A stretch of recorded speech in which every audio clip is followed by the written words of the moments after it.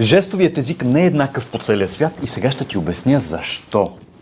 Ама защо бе? Трябва да има еднакъв език по целия свят. Чакай, сега ще ти разкажа една история. Остани до края и ще разбереш защо. Наскоро пътувам в Лондон и там се запознавам с един глух японец. Казваше се Юто. И му казвам на английски жестов език. Показвам му жестовете. Здравей, nice to meet you. И го питам, ти си заедно с кого си? И той не знаеше много английски език и ми показва на японски. И Юто на въпроса с кого си ми отговаря така. Ха-ха, хай. И моята реакция беше същата като вашата. Седя, гледам го, така правя, за да съм сигурен, че съм разбрал правилно. И той, да, хай. Какво според вас означава това, знаете ли? Взех един лист хартия, един химикал и му го дадох. И той написа Big Brother.